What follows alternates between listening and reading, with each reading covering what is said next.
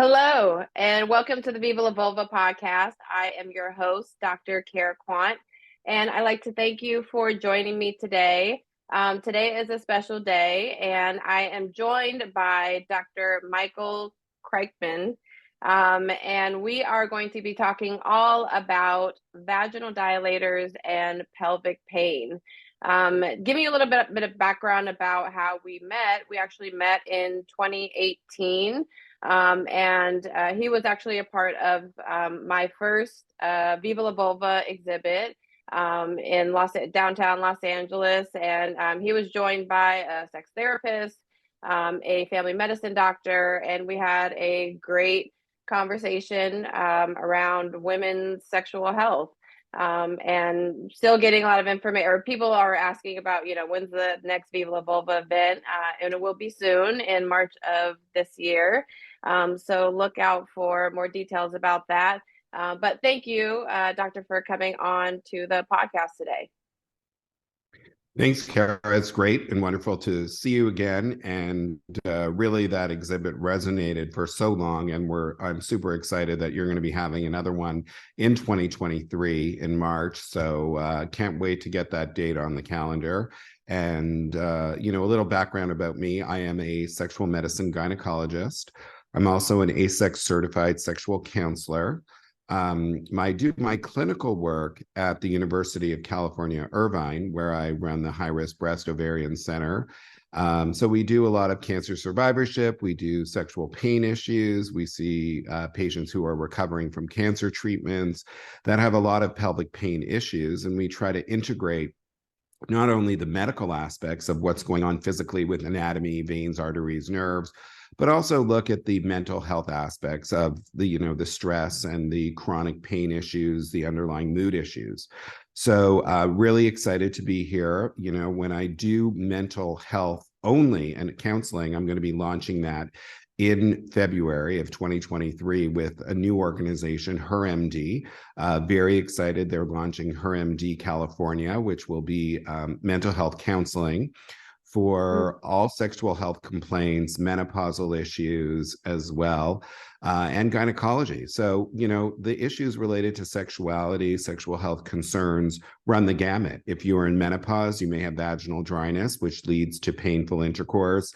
If you have fibroids or endometriosis, you may also be a young woman who's experiencing chronic pain as well that may impact your intimate relationships. So very excited to have that opportunity to work with HerMD to do counseling only, which will be virtual, as well as, do the gynecological and in-person assessments at the university. So really excited to dive into this really amazing topic today. Nice. And just a quick question about the HerMD. Is it going to be a set of doctors? Is it going to be mainly you? So right now they're only launching in California for the mental health services, and it'll be me only. So I'm really excited to take the lead in this. So we'll be providing mental health services for Californians, and because it's virtual, I'm really excited because, a lot of women don't have access, and that's the big issue for a lot of these issues as it pertains to sexual function. There are a lot of women who are not in major major cities that don't have access to a gynecologist and don't have the information. So we're going to be launching in California, but the plan is to go to all their other centers. So they're a national brand, very exciting. They're opening up a lot of centers. So they'll have mental health services as the centers open. So very excited to be a part of that new adventure. Yeah, that sounds exciting. So let us dive into vaginal dilators and pelvic pain. I was looking at a statistic, and correct me if I'm wrong. 10 to 28%, which is a really wide range, but 10 to 28% of women experience pelvic pain some time in their life.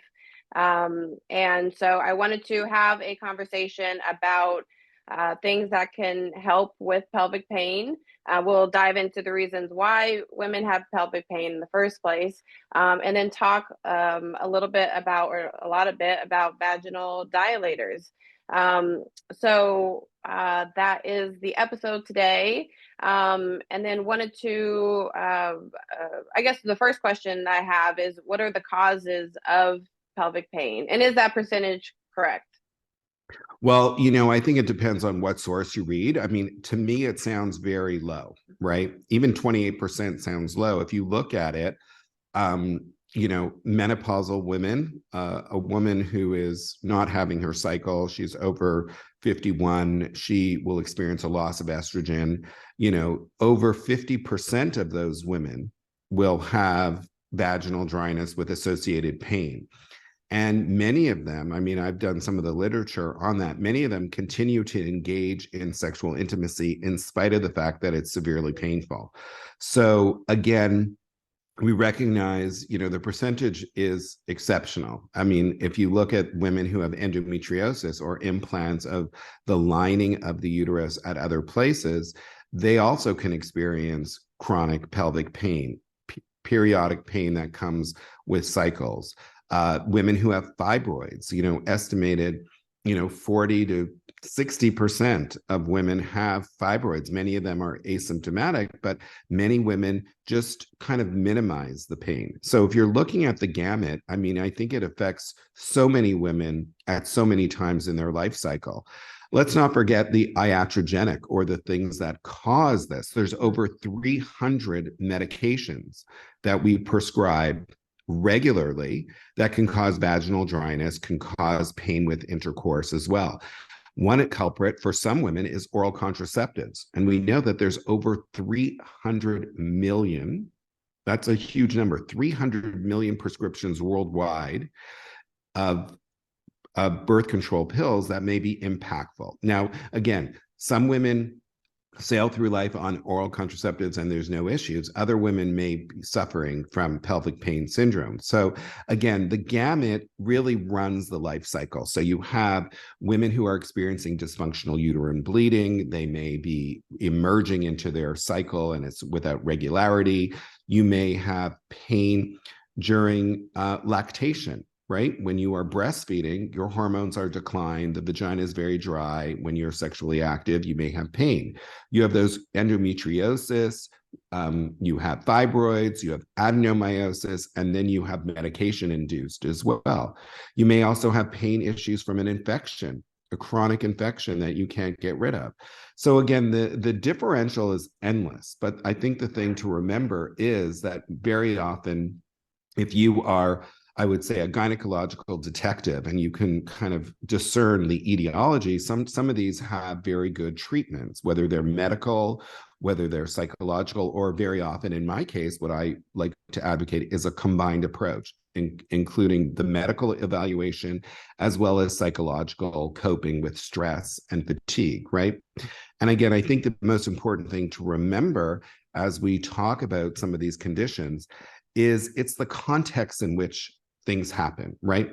So you could be running a huge marathon and you can be exhausted and your legs can be in pain, but you're really exhilarated, right? But if you take that same kind of pain and you put it in a uterus every single month, you are dejected, you are depressed, you are fatigued. So again, I think the emotional context in which pain happens is really, really important to evaluate and assess as well. And would you say that in your practice you are doing more assessments psychologically rather than like physical, problems associated with pain? I mean, I guess I would think, well, you probably do both, right? Yeah, I mean, I do both, but I think for me, because I'm a tertiary referral, right? And it's not very common to have someone who is an MD plus an ASEX certified sexual counselor. I think people just take it for granted that I'm going to ask those questions of how they're adapting to it. We looked at some of the data. The average person who comes to see me has seen 3 to 5 clinicians before. And where they've gotten, dismissed, they've gotten, the label as a chronic complainer, So again, I think it's the context in which somebody is presenting. I think you cannot and you should not evaluate somebody purely on a medical basis. You certainly need to know what's going on with the tissues, and you need to know if there's an anatomical or endocrine issue. You need to know if there's fibroids, endometriosis, adenomyosis, if they're taking offending medications. But you also have to integrate that with, how is this affecting the couple? How is it affecting the intimacy? How is it affecting their stress level, their ability to cope with activities of daily living? So again, I think when you're talking about pain, it's an integrated approach. And very often there is acute pain and chronic pain. And many women who come see me, they've been dismissed. They've been misdiagnosed and they've been dismissed. So it's almost a luxury when they come in and somebody is really asking them questions about depression, anxiety, fear, and what have you, as well as focusing on the downstream issues, right? If you have chronic pain, it could be very impactful on your relationship, on your marriage. So again, I think it's an integrated approach, and it's not only one facet. I think you need to look at both of those in tandem and combined. And going along that, actually what popped up in my head is, the time it takes to ask these questions and to get more information and to ask about depression and anxiety and marital problems.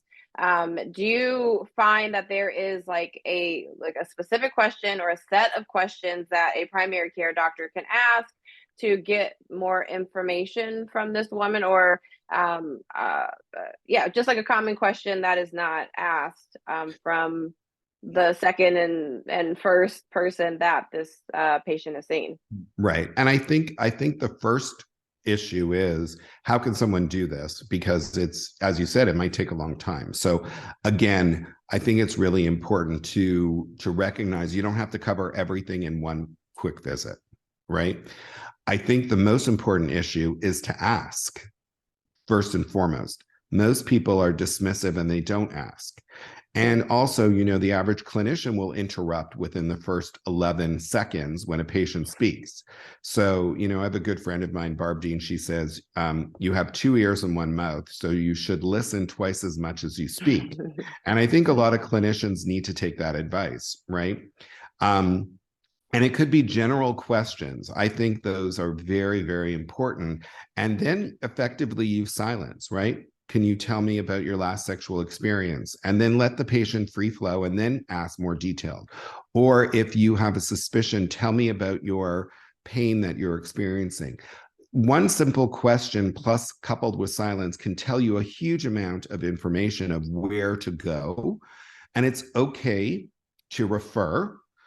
Referral is not a failure, and it's okay to divide it up into several visits, right? It's okay to say, I recognize that we're here for your annual exam or your blood pressure check or to check your diabetes. However, you mentioned, you have frequent yeast infections and they're causing some discomfort. Let's go ahead and schedule a specific visit for that specific issue. Or let me give you this person's name and number who specializes in pain syndromes as it relates to chronic conditions. So it's okay to not do the comprehensive evaluation in one sitting, but it's not okay not to ask. And I think a lot of clinicians are fearful of asking because they feel it's that Pandora's box. So I think it's really important, like, just to ask and listen is the most important, I think, piece of advice I can offer. Okay. So let us get more into the specific details about vaginal dilators. What are the benefits of vaginal dilators for pelvic pain? Because there are so many, you said over 300 different reasons for pelvic pain, right? And many of those are medicine. So what are the benefits of introducing a vaginal dilator? So vaginal dilators are really inserts you put into the vagina to get acclimated, right? So very often what we see is there's this disconnect between brain and body. What that means is when you experience pelvic pain, the whole genital pelvic region really is a source of discomfort and also anxiety. And you might have reflex tightening of the muscles. You might have reflex in anticipation. I always equivalent and talk about, when you're riding a bike and you fear that you're going to fall off, your muscles are already tense to begin with. So there may be some issues where your brain is superseding, and your brain and your body are kind of, your body is saying, your brain is saying, look, the vaginal area is painful, it's uncomfortable, I don't want to have intercourse, the muscles are going to be tight, it's going to hurt. So there's this brain body disconnect. When you do vaginal dilators by yourself, you're really relearning that the vagina is not angry, it's not painful. It is a potential space where you could have intercourse or something inserted into the vagina. So vaginal dilators, they, we know a lot about them, but we also don't know a lot about them. They're made up of a variety of different materials, anything from glass to latex to hard plastic and what have you. They come in all different sizes, which means the diameter or how large the dilator will come in will be constructed is also in a variety of different diameters. So again, women that have severe anxiety about penetration, they might want to use something very, very narrow, something equivalent to the diameter of a pencil, or even the equivalent of a Q-tip or what have you. But again, they progressively get larger. There's dilators that are automatic. There's, there's ones that you can press, they're electronic, they're a button, they increase by 1 millimeter at a time rather than stepwise. So again, variety of materials, variety of sizes. But again, I think the bottom line is that dilators are used to help reconnect the brain and body.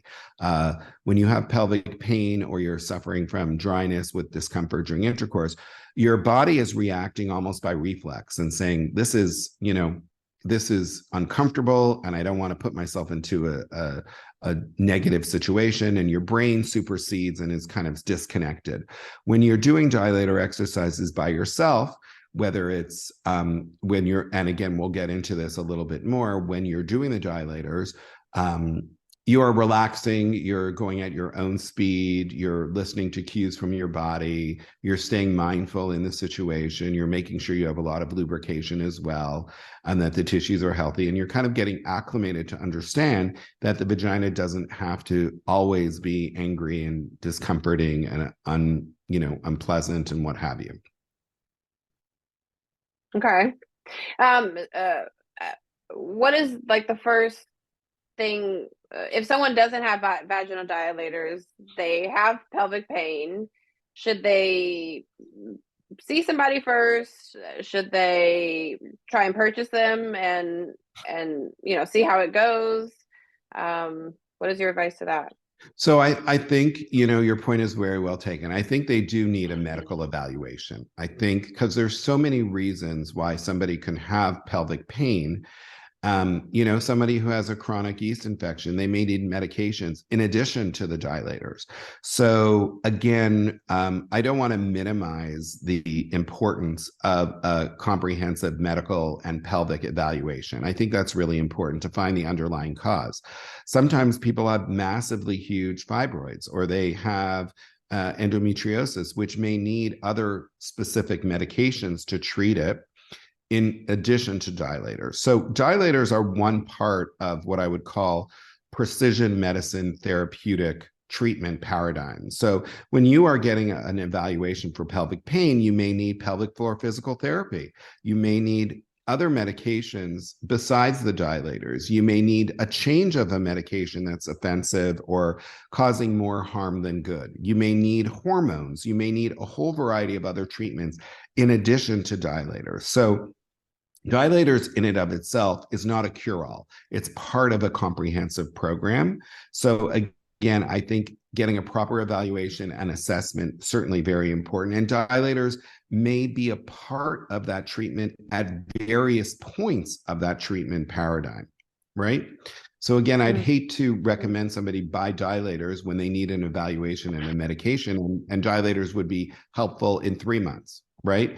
So again, I think the best course is to get that evaluation and assessment and then see what the comprehensive treatment paradigm is and when would be the best time. And again, I'll just say the caveat, some women will be readily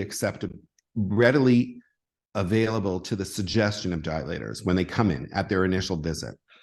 And then they want everything done immediately, right? Let's do the moisturizer, let's do the lubricant, let's do the dilators, let's do the counseling. I want to get fixed really quickly and whatever. Other women like to tiptoe into treatment, right? And they say, okay, look, let's just enhance the vaginal health at the current time. And when I come back in 4 weeks, let's discuss this. So again, that's the whole concept of tailoring the treatment to the individual and listening to what's acceptable, because the predictors of success with dilators are really frequent visits. Sometimes if we don't give enough education, if we don't give enough support, they'll buy the dilators, but they won't use them and they won't get better. And then we're behind the 8 ball, because once they've tried and failed, they never want to use them again. Okay. So just like, I mean, I do understand that concept. I think that I've, heard from patients about Kegels, Kegels being the end all be all. If I do some Kegel exercises, that's going to maintain my vaginal health, and that's going to help with strengthening my pelvic floor. But Kegels are not always the end all be all, just like vaginal dilators are not. It's a tailored therapy. It's incorporated into treating pelvic pain, but it's not the only solution. Right. Yeah. Okay. So say a patient has gone to, say, a physical therapist or pelvic floor physical therapist or an OBGYN or provider, and they are recommending to use a vaginal dilator. Can you give us some steps or like how-tos of using the vaginal dilator?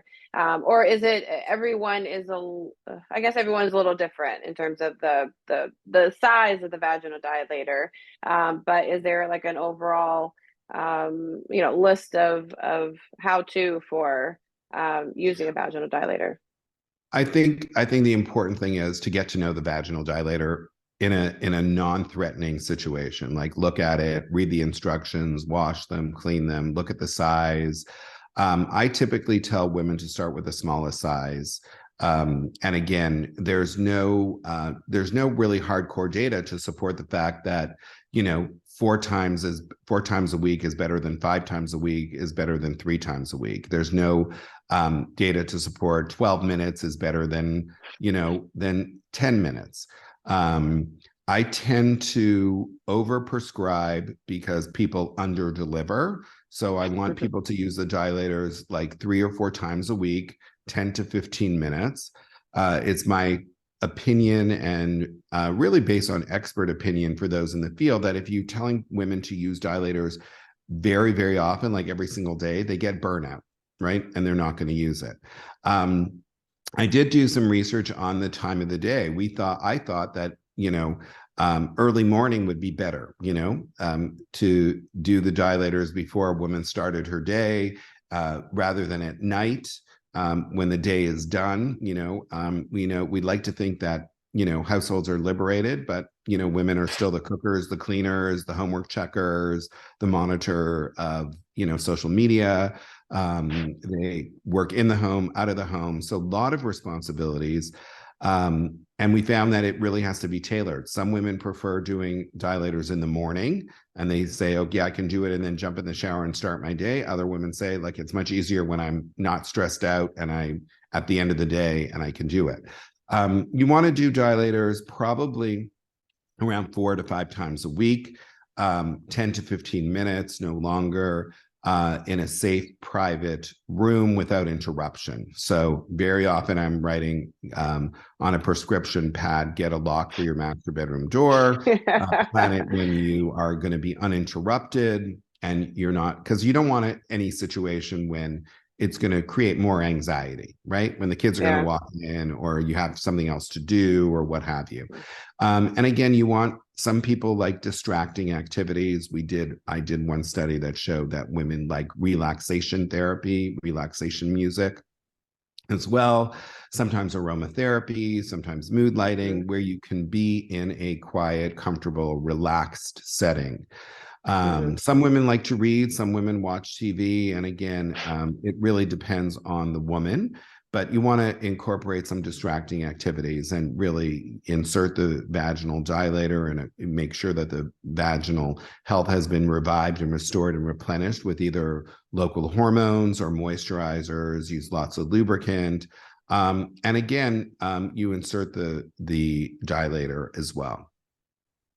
Okay. And so after you insert the dilator, it just sits and kind of allows for its kind of gravity to relax the muscles. Well, usually women are lying down, or sometimes they are in the shower or what have you, depending on the dilator, or they're standing up.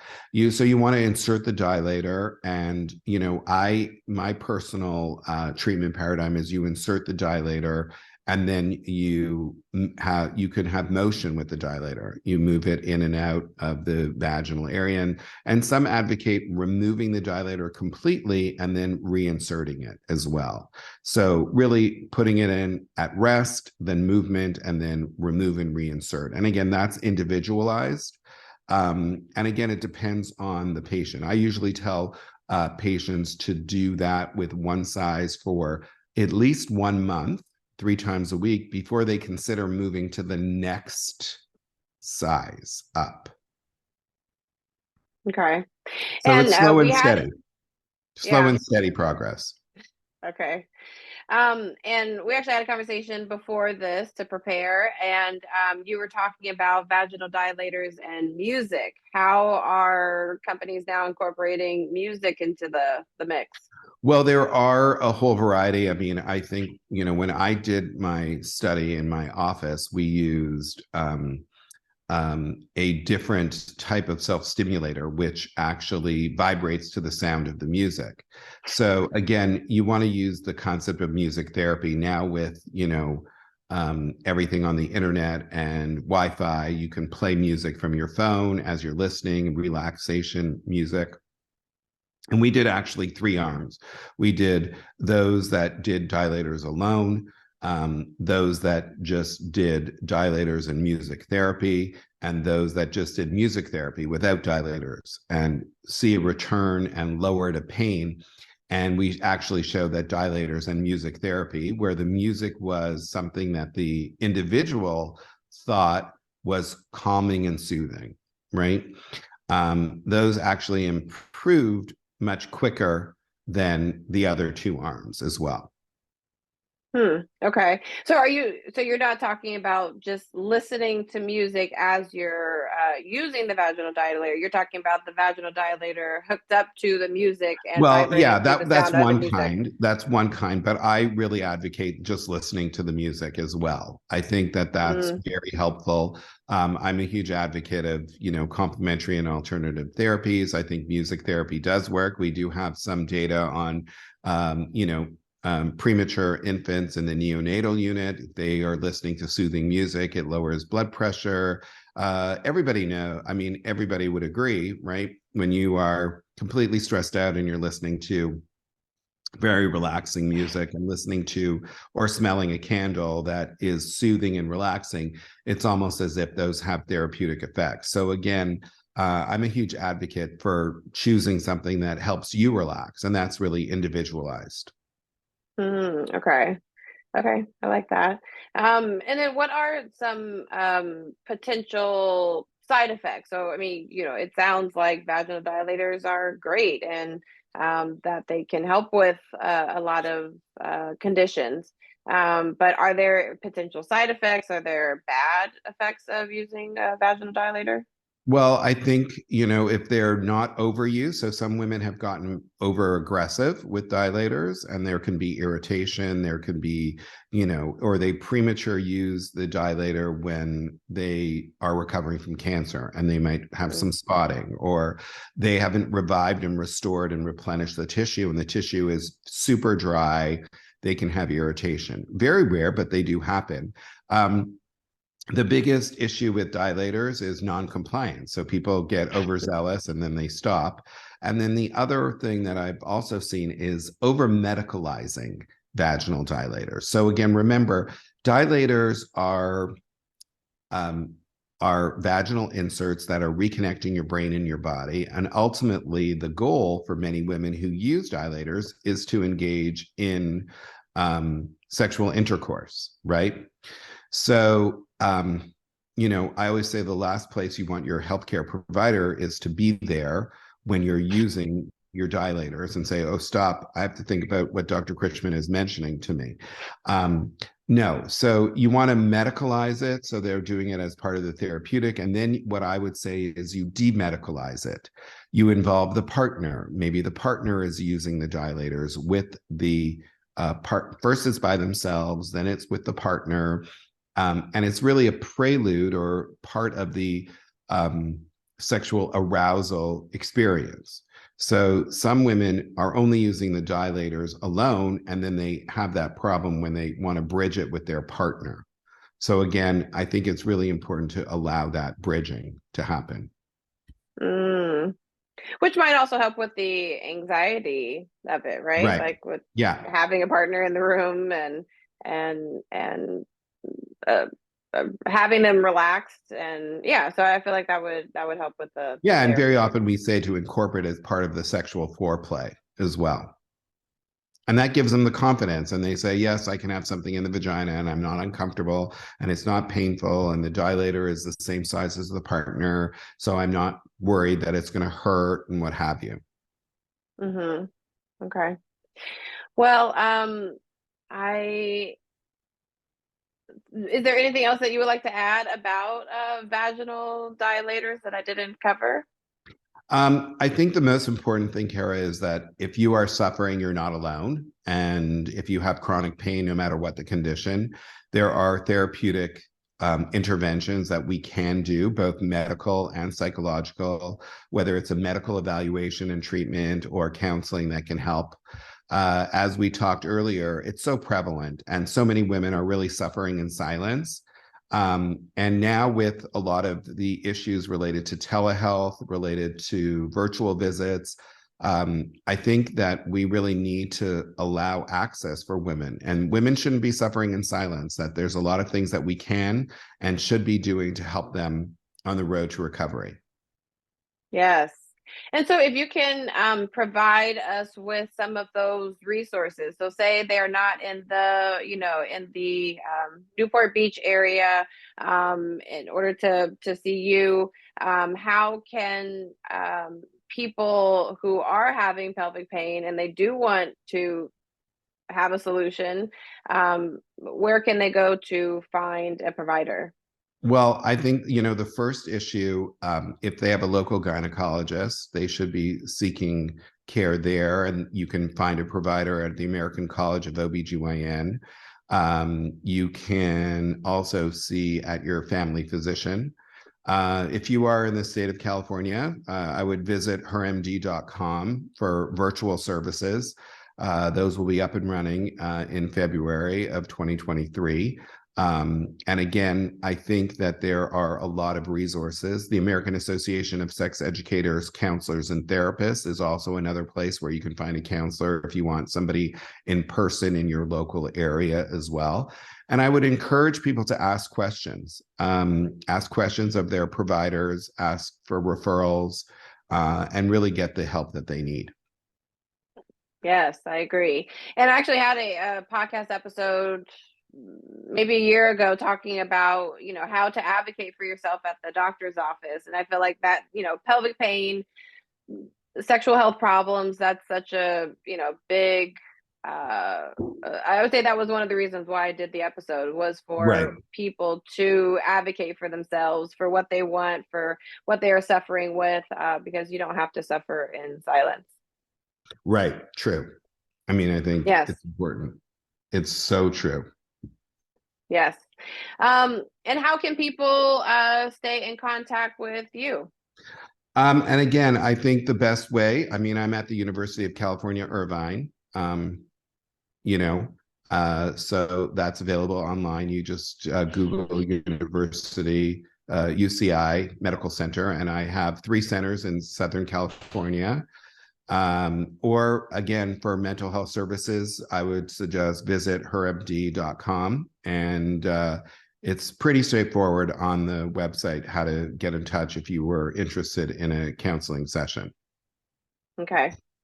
Well, thank you so much for coming on and having this important conversation about pelvic pain and vaginal dilators.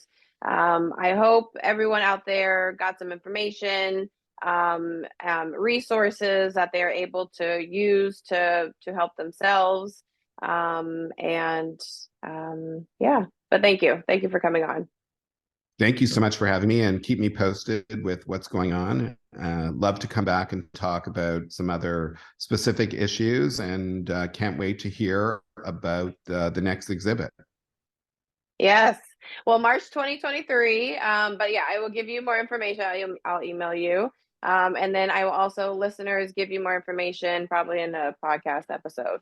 But thank you for joining us today on the Viva La Vulva podcast. If you like this podcast, subscribe and let friends and family know about it. Take care. Great. Bye. Thanks so much. Thanks. Bye.